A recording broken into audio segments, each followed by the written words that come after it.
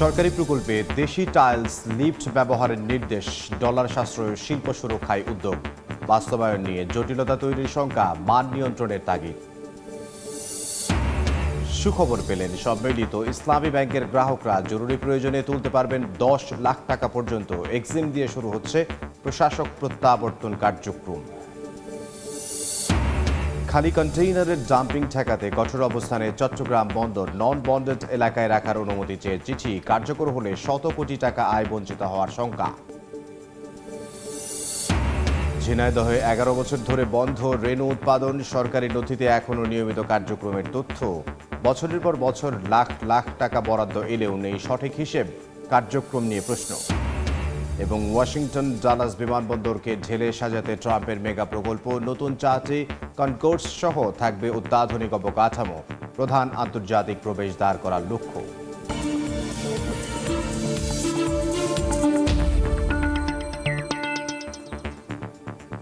দেখছিলেন শিরোনাম। আমন্ত্রণ জানাচ্ছি দেশ ও দেশের বাইরের অর্থ বাণিজ্যের নানা খবর নিয়ে আমাদের নিয়মিত আয়োজনে সময়ের বাণিজ্যে আপনাদের সঙ্গে আছি আমি ইমদাদুল হক। প্রকল্পে স্থানীয়ভাবে উৎপাদিত টাইলস ও লিফট ব্যবহার বাধ্যতামূলক করেছে সরকার। ডলার সাশ্রয়ী ও দেশীয় শিল্পের সুরক্ষায় এই উদ্যোগ বাস্তবায়নে মাঠ পর্যায়ে বড় ধরনের চ্যালেঞ্জ দেখছেন খাত সংশ্লিষ্টরা।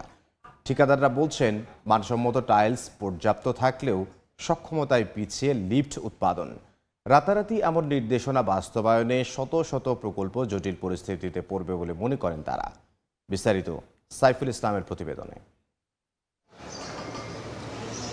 ক্রমবর্ধমান জনসংখ্যার আবাসন ও বাণিজ্যিক চাহিদা নিশ্চিতে সমান্তরাল ভূমির চেয়ে ওপরের দিকে সম্প্রসারণই একমাত্র বাস্তবসম্মত পথ। বহুতল ভবন কার্যকর, নিরাপদ ও দীর্ঘস্থায়ী করতে আধুনিক লিফট এবং টাইলস ব্যবহারের প্রয়োজনীয়তা এখন শতভাগ। এর মধ্যে দেশে উৎপাদন হয় 90 ভাগ টাইলস আর লিফট প্রায় 70 ভাগই আমদানিকৃত।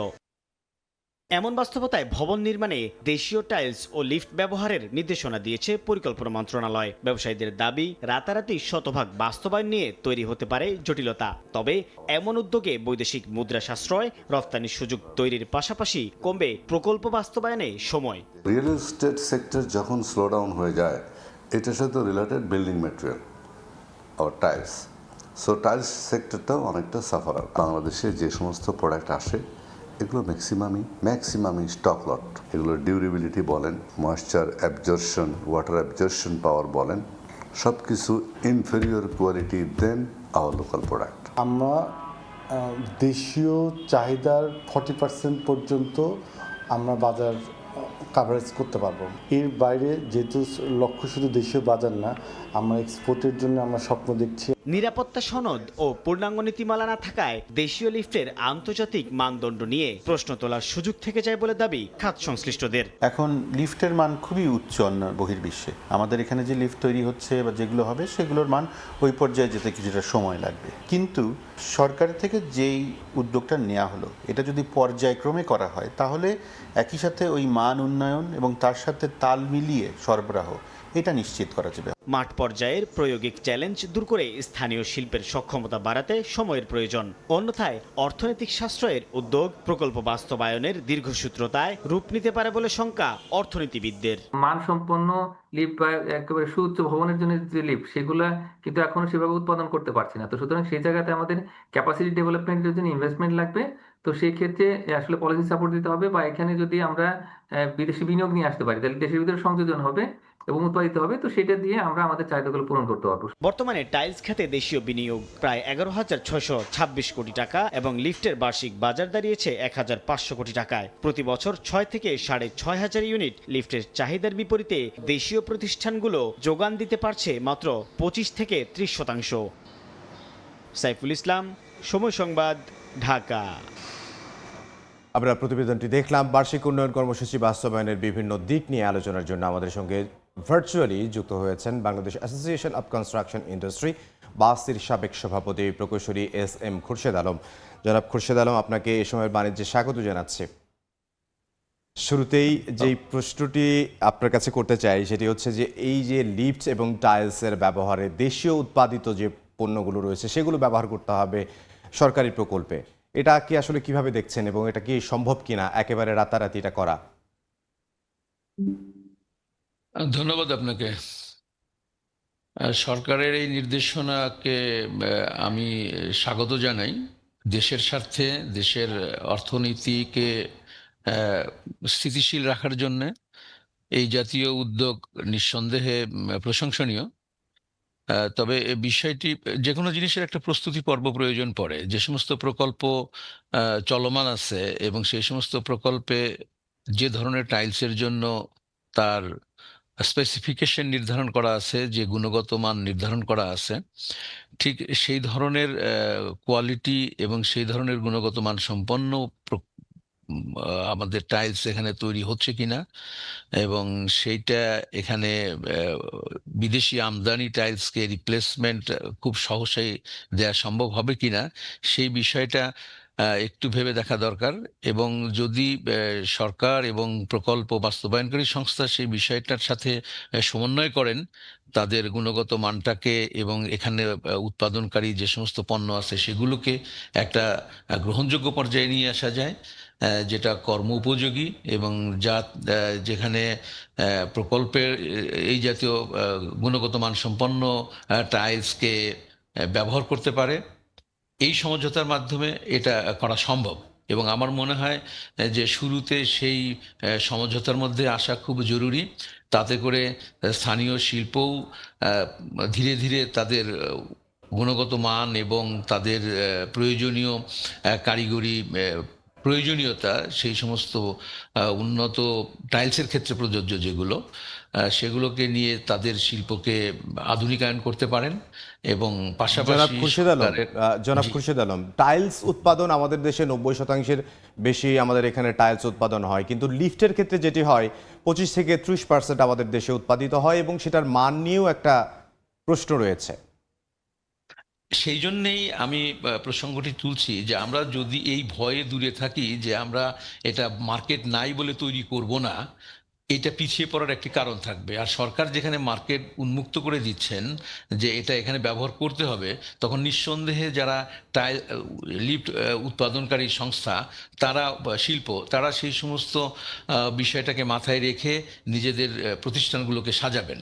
ক্রমান্বয়ে এই প্রতিযোগিতার মাধ্যমে তাদের গুণগত মান উন্নত হবে। আমাদের দেশে তো অনেক আগে অনেক কিছুই হতো না, কিন্তু আমরা ধীরে ধীরে প্রতিষ্ঠানগুলো বা শিল্পগুলো ঝুঁকি নিয়েই সামনে এগিয়েছে। এখানে সামনে আগানোর যে ঝুঁকি, সেই জায়গাটায় কিন্তু সরকার এগিয়ে এসছেন। তারা বাধ্যতামূলক করছেন যে এই ইম্পোর্টস সাবস্টিটিউট করা হবে আমাদের লোকাল প্রোডাকশন দিয়ে। এতে করে লোকাল প্রোডাকশনের একটা ক্ষেত্র তৈরি হলো, তাদের বাজার নিশ্চিত হলো। এখন তাদের প্রয়োজন হলো সেখানে more technological development, more investment to compete the import products. সেই একটা কিছুটা সময় সেই জায়গায় একটু চলবে। এই সময়টাকে নিশ্চয়ই সরকার তাদেরকে সাপোর্ট করবেন যে কতটুকু গুণগত মান সম্পন্ন বিষয়গুলোকে আমরা আমাদের প্রকল্পে ব্যবহার করতে পারি। জি, এবং জনাব তাদের খুরশেদ আলম, আমি হয়তো বুঝতে পেরেছি, দর্শকরা নিশ্চয়ই বুঝতে পেরেছেন যে একটা বাজার তৈরি হলো লিফটের ক্ষেত্রে, তারা যাতে মানসম্পন্ন পণ্য তারা উৎপাদন করে। কিন্তু যেই বিষয়টি সেটি হচ্ছে যে এটা কি ধাপে ধাপে করার একটা বিষয় ছিল কিনা। আরেকটি প্রশ্ন যেটি, যে এডিবি বাস্তবায়নের যে বিষয়টি রয়েছে, আইএমইডির প্রতিবেদন অনুযায়ী আসলে আমাদের 48% বেশি বাস্তবায়ন হয়েছে, যা গত 16 বছরে সর্বনিম্ন। এটা নিয়ে যদি একটু বিস্তারিত বলতেন, যে আসলে এই যে এডিবি বাস্তবায়ন নিয়েই তো আমাদের অনেক ঝামেলা তৈরি হচ্ছে, অর্থায়নের ব্যাপার রয়েছে, তাহলে তার উপর আবার এরকম নির্দেশনা। না, এটা তো আমাদের যেটা বাস্তবায়ন হয়েছে সেটা গত 25-26 অর্থ বছরের কথা আপনি বলছেন। আপনার না, গত নিশ্চয়ই 11 মনে, মাসে, গত 11 মাসের কথা বলছে। না আপনার জুন থেকে আমরা যদি ধরি তাহলে এখন গত বছরের জুন পর্যন্ত যেটা, সেটা তো বাস্তবায়িত হয়ে গেছে। জি। নতুন বাজেটের বাস্তবায়ন তো কেবল শুরু হচ্ছে। আমাদের 26-27 বাজেটের যে এডিপি, সেই এডিপি এখনো শিশু পর্যায়ে, এখনো সেটার বাস্তবায়নের হিসাব শুরু হয়নি। কিন্তু আপনি যদি 24-25 অর্থ বছরের এডিপি বাস্তবায়নের কথা সম্ভবত আপনি বলছেন, যেখানে বাস্তবায়ন অনেক বছরের মধ্যে সবচেয়ে সর্বনিম্ন, সেখানে এডিপি বাস্তবায়নের ক্ষেত্রে আপনার অর্থ একটি বিষয়, কিন্তু অর্থ ব্যয় করবার যে সামগ্রিক পরিবেশ, সামগ্রিক পরিস্থিতি, দেশের অর্থনৈতিক স্থিতিশীলতা, রাজনৈতিক স্থিতিশীলতা, তারপরে আপনার দ্রব্যমূল্যের মূল্যস্ফীতির বিষয়, আন্তঃমন্ত্রণালয়ের মধ্যে যে সংযোগ, এই অনেক কিছু নির্ভর করে একটা এডিপি ভুক্ত কাজকে সার্বিকভাবে বাস্তবায়নের জন্য। তো আমরা যদি 25-26-এর দিকে তাকাই বা 24-25-এর দিকে তাকাই, তাহলে আমরা নিজেরাই বুঝতে পারি যে তৎকালীন সরকারের যে দায় দায়িত্ব, তৎকালীন সরকারের যে স্থায়িত্ব এবং দেশের রাজনৈতিক পরিস্থিতির যে ইম্প্যাক্ট, এই সব কিছু মিলে সেটা এডিবি বাস্তবায়নের জন্য খুব একটা সহায়ক পরিস্থিতি ছিল না। অনেক প্রকল্পের মধ্যেই অনুমোদনের ক্ষেত্রে দীর্ঘসূত্রিতা ছিল, অর্থ ছাড়ের বেলায় একটা একদম যে প্রকল্প বান্ধব পরিবেশ সেটা ছিল বলে আমার মনে হয় না। এই সমস্ত কারণে এই গত 24-25-এর যে এক ধরনের স্মরণকালের এডিপি বাস্তবায়নের হার সবচাইতে কম হয়েছে। তো এখন নূতন সরকার আমাদের দেশে, আমরা তাকে স্বাগত জানাই। নূতনভাবে বাজেট প্রণয়ন হয়েছে, সেখানে অনেক প্রকল্পের প্রায় ডেভেলপমেন্ট সেক্টরে 3 লক্ষ কোটি টাকার একটা উন্নয়ন প্রকল্পের বাস্তবায়নের টার্গেট করা হয়েছে এবং সেখানে জিওবির অর্থায়ন, প্রকল্প অনুদান সবকিছু মিলে বছরটায় আমরা জুলাইতে আছি। এটা যখন আমাদের ডিসেম্বরের দিকে গিয়ে আবার এটা সংশোধিত এডিবি তৈরি হবে, তার উন্নয়নের হার থেকে আমরা সেটা বুঝতে পারবো যে আমরা কতটুকু, যদিও এডিবি বাস্তবায়ন শতভাগ শেষ বিচারে টোটাল ওয়েটে যে 100% ইমপ্লিমেন্টেশন কখনোই হয় নাই, তবে 90%, 80-90%-এর মধ্যেই আমাদের এডিবি বাস্তবায়ন শেষ পর্যন্ত RADP হওয়ার পরে এরকম থাকে। তো সেই দিক থেকে আমরা একদম স্টার্টিং অফ দি ফিনান্সিয়াল ইয়ারে বলতে পারবো না। সরকারের নিঃসন্দেহে এই সমস্ত বাস্তবায়ন সংস্থাগুলো একটা নতুন উদ্যমে, নতুনভাবে প্রকল্প অনুমোদনের, নতুনভাবে কাজ শুরু করবার যে পরিবেশ তৈরি হয়েছে, সেই পরিবেশের মাধ্যমে আমরা আশা করি 26-27-এর যে বাজেট এবং জনাব তার যে খুরশেদ আলম, আর চ্যালেঞ্জ কি কি রয়েছে এবং সেগুলো কিভাবে আমরা উত্তরণ করতে পারি? একটা এডিবি বাস্তবায়নের ক্ষেত্রে আমরা তো মূলত চোখে দেখি হলো গিয়ে অবকাঠামোগত ডেভেলপমেন্ট, যে হ্যাঁ এটা হলো, কিন্তু সরকারের কাছে কিন্তু এই শুধুমাত্র অবকাঠামো উন্নয়নটাই এডিবি বাস্তবায়নের একমাত্র লক্ষ্য নয়, প্রধান লক্ষ্য। এর মাধ্যমে আমাদের একটা দক্ষতা বৃদ্ধি হয়, সমস্ত সেক্টরে যারা তদারকি করেন তাদের। আপনার একটা সুন্দরভাবে এডিবি বাস্তবায়নের জন্য সুশাসনটা খুব জরুরি। একটা গুড গভর্নেন্সের মাধ্যমে অর্থর নৈতিক স্থিতিশীলতা খুব জরুরি। আন্তঃমন্ত্রণালয়ের সমন্বয়, ধরেন একটা কাজ করতে গিয়ে একটা বিল্ডিং করার পাশাপাশি কিংবা ঢাকা শহরের মধ্যে কোনো একটা রাস্তা খোঁড়াখুড়ি, এই সমস্ত কাজ তো এডিপি প্রকল্পভুক্ত। এই সমস্ত কাজের সাথে যারা বাস্তবায়ন করেন তাদের সাথে অনেক লাইন মিনিস্ট্রির সংযোগ থাকে। সেই সমস্ত সংযোগগুলো যদি সুন্দর না হয়, সেই মানে সুন্দর বলতে আমি বোঝাচ্ছি যে তাদের মধ্যে যোগাযোগ এবং তাদের প্রত্যেকেরই নিজস্ব প্রকল্প থাকে, সেই একটা সমন্বয়ের দরকার, সবার সঙ্গে একটা সমন্বয়ের দরকার। আপনাকে অসংখ্য ধন্যবাদ আমাদের সঙ্গে যোগ দেওয়ার জন্য। Bangladesh association of construction industry বাসের সাবেক সভাপতি প্রকৌশলী SM খুরশেদ আলম আমাদের সঙ্গে যোগ দিয়েছিলেন। তিনি আমাদেরকে জানাচ্ছিলেন যে এডিবি বাস্তবায়ন এবং কিভাবে সেটি বাস্তবায়ন করা যায় এবং কার কার সঙ্গে সমন্বয় করা জরুরি, কি কি চ্যালেঞ্জ রয়েছে, সমাধানে কি করা উচিত, এবং যে নতুন নির্দেশনা এসেছে, সরকারি যে কাজগুলো রয়েছে, প্রকল্পগুলো রয়েছে, সেখানে দেশীয় উৎপাদনে যে টাইলস রয়েছে এবং লিফট রয়েছে সেগুলো ব্যবহার করতে হবে। যদিও টাইলস আমাদের দেশে 90% উৎপাদিত হয় এবং লিফটের ক্ষেত্রে একটু ঝামেলা রয়েছে। লিফট আসলে 30 থেকে 25% আসলে আমাদের দেশে উৎপাদিত হয় এবং বাকিগুলো আমাদের আমদানি করতে হয়। তীব্র গ্যাস সংকটে আজও বিভিন্ন পাম্পে যানবাহনের দীর্ঘ সারি। এই মুহূর্তে রাজধানীর তেজগাঁওয়ে আছেন সহকর্মী মানিক মোহাম্মদ ওমর। সরাসরি আমরা তার কাছে যাব। ওমর, এই মুহূর্তে আমি আছি রাজধানীর তেজগাঁয়ের একটি গ্যাস পাম্পে। এখানে দীর্ঘ সারি আমরা দেখতে পেয়েছি, যদিও সকাল থেকেই এখানে গ্যাস দেয়া বন্ধ রয়েছে, এখানে গ্যাস নাই, একদমই নাই।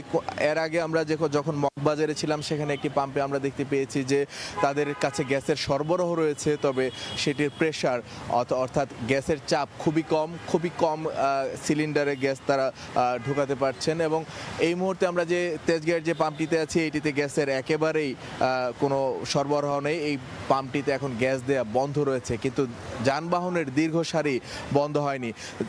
সারি ধরে অপেক্ষা করছেন যান চালকরা যে তারা যখনই এই পাম্পটি চালু হবে তারা যেন গ্যাস নিতে পারেন, কিন্তু তাদের এই অপেক্ষা কখন ফুরবে তারা নিজেরাও জানেন না, বলতে পারছেন না পাম্প কর্তৃপক্ষ। তারাও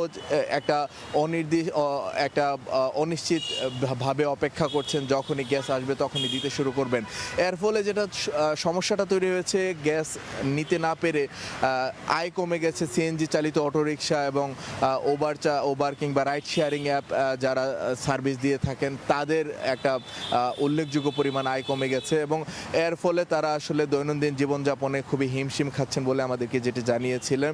তাছাড়া যান চালকরা তাদের একটি সন্দেহের কথা আমাদেরকে বলেছেন, সেটি হচ্ছে যে সরকার কিংবা কর্তৃপক্ষ হয়তো দাম বাড়ানোর জন্য বা একটা মহল থেকে হয়তো দাম বাড়ানোর জন্য গ্যাসের একটা চাপ আছে, সেই চাপটাকে তারা সামাল দিতে কিংবা সামনে নিয়ে আসতে হয়তো এই কৃত্রিম সংকট তৈরি করা হয়েছে। যদিও তারা তাদের সন্দেহের কথা আমাদেরকে বলেছেন, এবং তারা যেটি বলছেন যে এই সংকট তো ছিল না, কিছুদিন আগেও তারা স্বাভাবিকভাবেই গ্যাস নিতে পেরেছেন, এবং এখন হঠাৎ করে কোন জায়গা থেকে এই সমস্যাটি উদ্ভূত হলো তারা সেটি আসলে প্রশ্নের উত্তর খুঁজে পাচ্ছেন না। তারা আমাদেরকে যেটি জানিয়েছেন যে দাম বাড়ালে বাড়ানো হোক, কিন্তু সেটি যেন এই সংকটটাকে তাড়াতাড়ি করে সমাধান করা হয়। সরকারের কাছে তাদের সেই যে নিবেদন, তারা যে আবেদনটি জানাচ্ছেন সেটি হচ্ছে এই সংকটটা তাড়াতাড়ি করে একটা উত্তরণ কিংবা সমাধানের পথে নিয়ে যাওয়া হোক। এর ফলে তাদের যে চলমান সংকটের মুখোমুখি হয়েছে, আয় থেকে শুরু করে তাদের যে দৈনন্দিন যে সংগ্রামগুলো আছে, বিশেষ করে সিএনজি চালিত অটোরিকশা যারা ভাড়ায় চালান তারা আমাদেরকে যেটি জানিয়েছেন যে মালিকরা তাদের থেকে ভাড়া কম নিচ্ছেন না, অর্থাৎ অল্প সময় তারা যেটুকু আয় করতে পারছেন তার বেশিরভাগ টাকাই তারা আসলে মালিককে দিয়ে দিতে হচ্ছে, এবং মালিককে দিয়ে দেওয়ার ফলে তাদের যেটা হচ্ছে তাদের যে দৈনন্দিন জীবনযাত্রার ব্যয় তারা সেটা নির্বাহ করতে পারছেন না। এর ফলে এই যে বহুমুখী চাপে তারা পড়েছেন যানবাহন চালকরা, তারা এর থেকে মুক্তি চান। এই ছিল তেজগাঁ থেকে আমার কাছে সবশেষ। গ্যাস সংকট নিয়ে রাজধানীর তেজগাঁও থেকে আমাদের সঙ্গে যোগ দিয়েছিলেন সহকর্মী মানিক মোহাম্মদ ওমর। এবার বন্দর বাণিজ্যের খবর।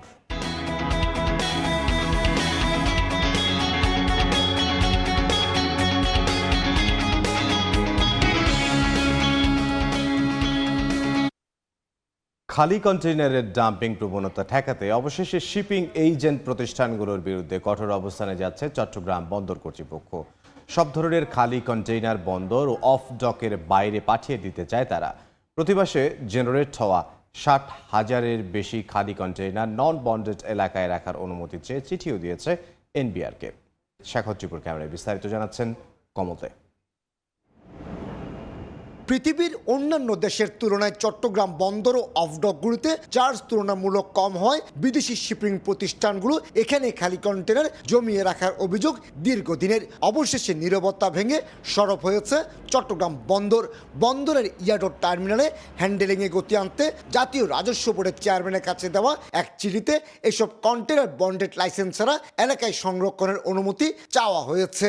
খালি কন্টেনারগুলোতে যেহেতু কোনো পণ্য নেই, এটা যদি বন্ডেড এরিয়ার বাইরে রাখার অনুমতি পাওয়া যায় তাহলে ওই স্থানে আমরা আরো অধিক পরিমাণ কন্টেনার আমরা রাখতে পারবো। আমদানিকৃত এলসিএল কন্টেনার আনস্টাফিং সহ 70% ও এলসিএল কন্টেনার খুলে পণ্য ডেলিভারি দিতে হয় বলে প্রতিদিনই 2,500 থেকে 3,000 খালি কন্টেনারে স্তূপ জমছে বন্দরের ইয়ার্ডে।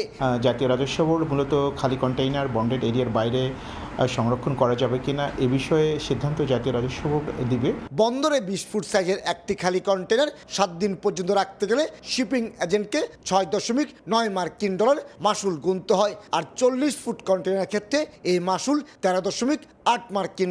তবে পরবর্তী 7 দিনের জন্য মাসুল হবে দ্বিগুণ। আর বেসরকারি অফডকে 20 ফুটের কন্টেনারের জন্য প্রতিদিন $100 ও 40 ফুটের কন্টেনার চার্জ $200। খালি কন্টেনারকে নন বন্ডেড এরিয়াতে থাকার সুযোগ দেওয়া হয়, তাহলে খালি কন্টেনারের যে রেগুলেশনস সেটা কাস্টম হাউস তত ভালোভাবে করতে পারবে না। তবে মেন লাইন অপারেটর কিংবা বিদেশি শিপিং প্রতিষ্ঠানগুলোর দাবি, প্রতি মাসে বাংলাদেশে আমদানি পণ্য বোঝাই 1,50,000 থেকে 1,70,000 কন্টেনার আসে বন্দরে। আরও বেশি বেশি লোকেশনে শিফট করা যায় তাহলে পোর্টের কনজেশনটা একটু কমবে। আর সারা পৃথিবীতে তো এটা সমাদৃত যে আইসিডি এবং সিএফএস দুটো আলাদা বিষয়। সদ্য বিদেয় 2025-26 অর্থ বছরে 34 লাখের বেশি কন্টেনার হ্যান্ডেলিং করেছে চট্টগ্রাম বন্দর। নতুন এই সিদ্ধান্ত কার্যকরের ক্ষেত্রে সব দিক বিবেচনা করে এবং আমদানি রপ্তানি বাণিজ্যের জটিলতা এড়িয়ে কার্যকরের কথা বলছেন বন্দর ব্যবহারকারীরা। কমল দে, সময় সংবাদ, চট্টগ্রাম।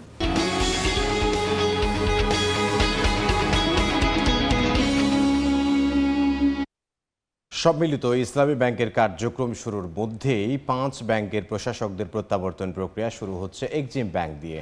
এক্সিমের বুথে নগদ অর্থ উত্তোলন সীমা বৃদ্ধি ও বাণিজ্যিক লেনদেনে গতি ফেরারকে দৃশ্যমান অগ্রগতি হিসেবে দেখছে বাংলাদেশ ব্যাংক। তবে অর্থনীতিবিদদের মতে গ্রাহকদের আস্থা ফেরাতে ব্যাংকটির পাচার হওয়া অর্থ ফেরানো হবে বড় চ্যালেঞ্জ। সেলিয়া সুলতানার রিপোর্ট। বহুল আলোচিত 5 ব্যাংককে একীভূত করে গঠিত সম্মিলিত ইসলামী ব্যাংক ফিরছে নতুন গতিতে। চেয়ারম্যান ও এমডি নিয়োগের পরই এক্সিম ব্যাংকের প্রশাসক ফিরিয়ে আনা দিয়ে শুরু হচ্ছে 5 প্রশাসক ফিরিয়ে আনার প্রক্রিয়া। ফলে আসছে সপ্তাহে ব্যাংকটির পরিচালনার দায়িত্ব নিতে যাচ্ছেন সম্মিলিত ইসলামী ব্যাংকের নতুন এমডি। গত 5 নভেম্বর থেকে এক্সিমের দায়িত্বে থাকা প্রশাসক শওকতুল আলম ব্যাংকটির সবশেষ আর্থিক চিত্র তুলে ধরেন বোর্ড সভায়। এরই মধ্যে এক্সিম ব্যাংকের বুথ থেকে গ্রাহকদের নগদ অর্থ উত্তোলন সীমা দিনে 5,000 থেকে বাড়িয়ে 20,000 টাকা করা হয়েছে।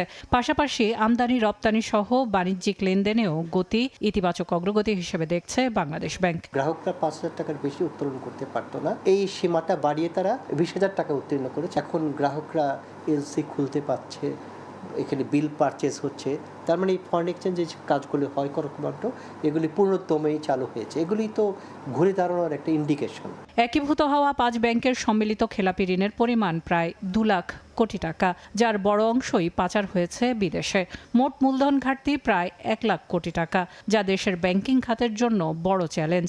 ফলে আর্থিক খাতে প্রায় আইসিইউতে থাকা 5 ব্যাংকের বিদেশে পাচার হওয়া অর্থ শনাক্ত ও দেশে ফিরিয়ে আনতে নিবিড় তদারকি ও পরিচর্যার পরামর্শ অর্থনীতিবিদদের। নর্মাল ব্যাংকগুলোর জন্য যে সহায়তা আপনি যেভাবে দেবেন, এটাকে আপনি স্পেশাল কেয়ার না নিলে, তার জন্য আদার কোনো স্পেসিফিক ফ্যাক্টর আপনি মানে ফিক্স আপ করে না দিলে, কী ধরনের রিটার্ন আপনি চান বা কী ধরনের আউটকাম আপনি চান, এগুলো সব যদি ফিক্স করে না দেওয়া হয় তাহলে কিন্তু আমরা যেভাবেই বলি না কেন এগুলো থেকে আমরা কোনো কাঙ্ক্ষিত সুফল পাবো না। গ্রাহক আস্থা ফেরাতে দুর্বল সুশাসন, রাজনৈতিক প্রভাব ও অনিয়মের পুনরাবৃত্তি রোধে কঠোর নজরদারি নিশ্চিত করার পরামর্শ ব্যাংক খাত সংশ্লিষ্টদের। সেলিয়া সুলতানা, সময় সংবাদ, ঢাকা। জ্বালানি তেলের চাহিদা মেটাতে G2G চুক্তির আওতায় 5 দেশ থেকে 15,25,000 টন পরিশোধিত জ্বালানি তেল আমদানির সিদ্ধান্ত নিয়েছে সরকার। বুধবার সরকারি ক্রয় সংক্রান্ত মন্ত্রিসভা কমিটির বৈঠকে এ প্রস্তাব অনুমোদিত হয়। অর্থ মন্ত্রণালয়ের বিজ্ঞপ্তিতে জানানো হয়, চলতি জুলাই থেকে ডিসেম্বর পর্যন্ত 6 মাসে এই তেল আমদানি করা হবে। এজন্য ব্যয় ধরা হয়েছে 16,088 কোটি 52 লাখ টাকা, যা নিজস্ব বরাদ্দে বহন করবে বাংলাদেশ পেট্রোলিয়াম কর্পোরেশন বিপিসি। জানা গেছে, থাইল্যান্ড, সংযুক্ত আরব আমিরাত, চীন, ইন্দোনেশিয়া এবং ভারতের রাষ্ট্রায়ত্ত প্রতিষ্ঠান থেকে এসব জ্বালানি তেল কিনবে বিপিসি।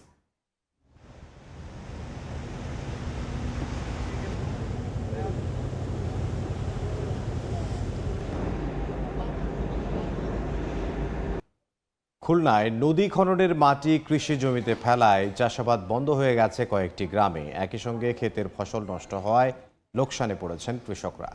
উপার্জনের মাধ্যম হারিয়ে জীবিকা সংকটে পড়েছেন সহস্রাধিক মানুষ। পরিবার নিয়ে অনিশ্চয়তায় দিন কাটছে তাদের। আব্দুল হালিমের ছবিতে তানজিম আহমেদের রিপোর্ট। খননে প্রাণ ফিরেছে নদীর, কৃষিকাজ সহ বিভিন্ন বিষয়ে সম্ভাবনা তৈরি হয়েছে জনপদে। তবে কৃষিকাজ করার জমিতে সৃষ্টি হয়েছে মাটির পাহাড়।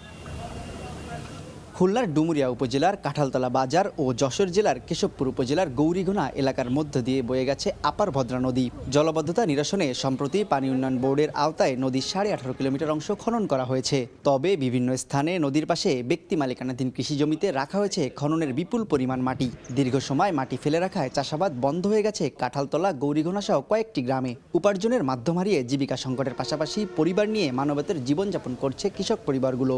নদী খননে খুশি হলেও মাটি কৃষিকাজের উপযোগী পরিবেশ তৈরির দাবি তাদের। আমার 3-3.5 বিঘে জমির মাঝখান দিয়ে মাটি ফেলে গেছে। 3 বিঘে একেবারে ভরাট, 10 কাঠা জমি করতে পারতেছে। এখন এই ইরির পরে আমার এখন এই জীবিকা নির্বাহ করতে হচ্ছে। কত গাছ লাগালাম, জানে তো লাগালাম, তার সব আমি মাটি তলে। কৃষকদের ভোগান্তির কথা স্বীকার করে টেন্ডারের মাধ্যমে নদী খননের মাটি সরানোর প্রক্রিয়া চলমান বলে জানায় স্থানীয় জনপ্রতিনিধি ও পানি উন্নয়ন বোর্ড। শতভাগ আন্তরিকতা থাকা সত্ত্বেও আমরা তাৎক্ষণিকভাবে এই মাটি অপসারণ করতে ব্যর্থ হচ্ছি। 81.5 কিলোমিটার নদী খনন হচ্ছে, এটা বিশাল একটা কর্মযোগ্য আর কি। তা কিছু এলাকায় ক্ষতি হয়, এটা আমরা স্বীকার করছি, কিন্তু আমরা চাই দ্রুত এটা যাতে অপসারণ হয়, সেজন্য আমরা নিলাম করতে বলি, এবং নিলাম হয়ে গেলে এটা নিলাম করে সহজে নিয়ে যায়। এটা পানি উন্নয়ন বোর্ডের অধীনে খুলনা ও যশোর অঞ্চলে ভবদহ ও তৎসংলগ্ন এলাকার জলবদ্ধতা নিরসনে 6টি নদীর 81.6 কিলোমিটার খনন করা হচ্ছে। তানজিম আহমেদ, সময় সংবাদ, খুলনা। এবার জনপদের অর্থনীতির খবর।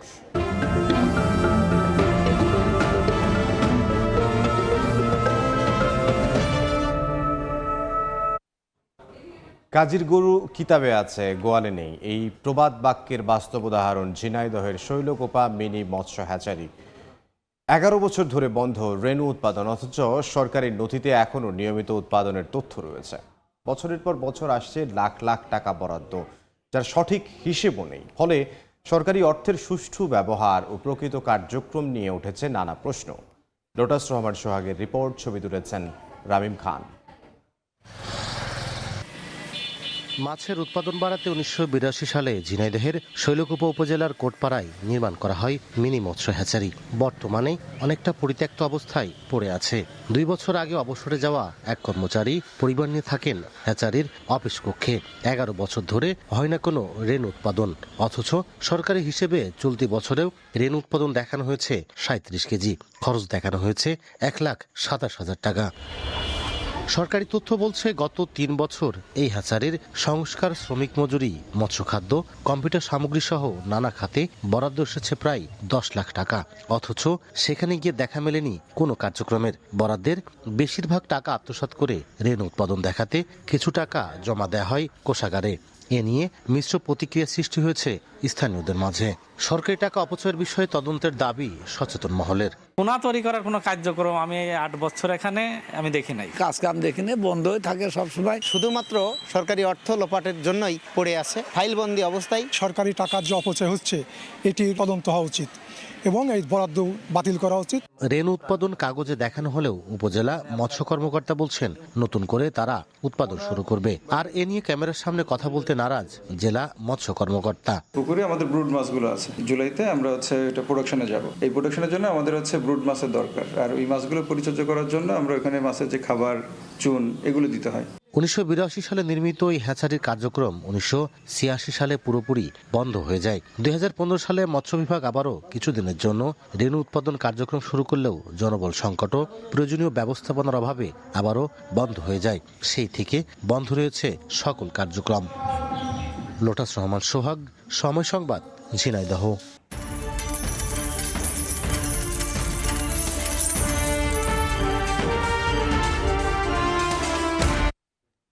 ফেডারেল রিজার্ভের সুদহার অপরিবর্তিত রাখার সিদ্ধান্তে শক্তিশালী হচ্ছে মার্কিন ডলার, যার প্রভাবে নিম্নমুখী হয়েছে ব্রিটিশ পাউন্ড ও ইউরো। যদিও দর বাড়ছে ভারতীয় রুপির, স্থিতিশীল রয়েছে জাপানি মুদ্রা ইয়েন। মার্কিন কেন্দ্রীয় ব্যাংক ফেডারেল রিজার্ভের নীতি সুদহার অপরিবর্তিত রাখার পাশাপাশি ভবিষ্যতে সুদহার বাড়ানো নিয়ে কোনো স্পষ্ট ইঙ্গিত নেই। এতে বিনিয়োগকারীদের মধ্যে দেখা দিয়েছে অনিশ্চয়তা। তবে বার্তা সংস্থা রয়টার্স বলছে চলমান ইরান যুক্তরাষ্ট্র অস্থিরতায় নিরাপদ বিনিয়োগ হিসেবে বাড়ছে ডলারের চাহিদা। এতে ডলার সূচক 0.1% বেড়ে 100.89 পয়েন্টে অবস্থান করছে। ফেডের সুদহার অপরিবর্তিত রাখায় ডলারের বিপরীতে কানাডিয়ান ডলার 9 দিনের মধ্যে সর্বোচ্চ উঠেছে। ডলার প্রতি বিনিময় হার 1.40 কানাডিয়ান ডলার।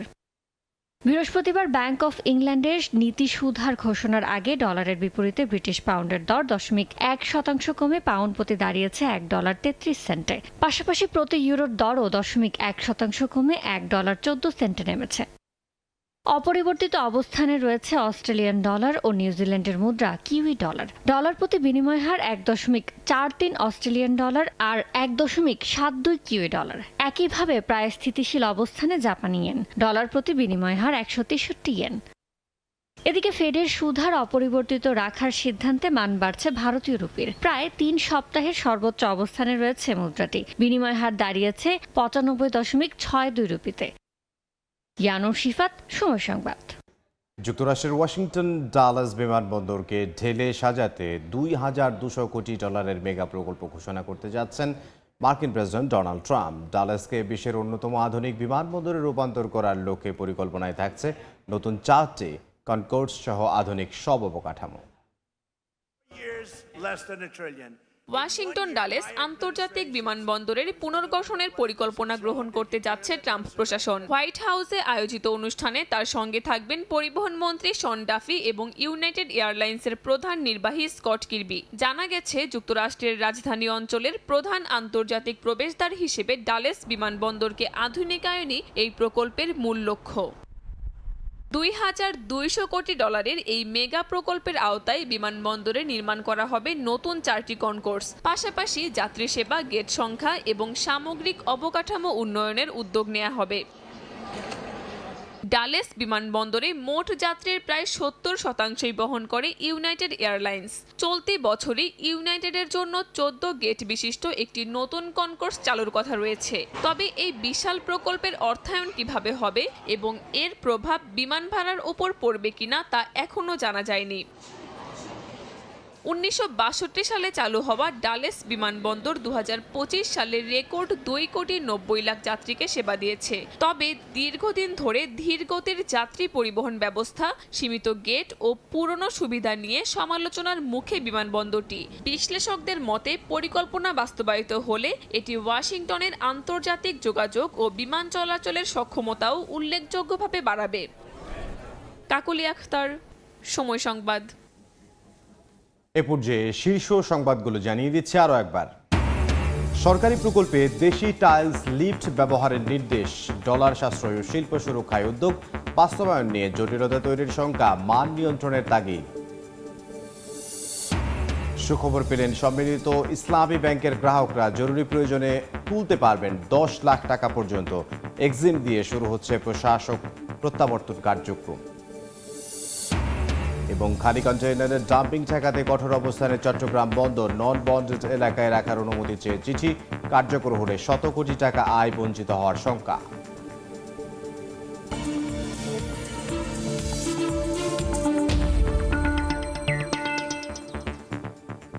এই ছিল এই সময়ের বাণিজ্যে। এরপর দুপুর 12টার সময় সংবাদ নিয়ে আসছে কিছুক্ষণ পর। সঙ্গে থাকুন সময়ের।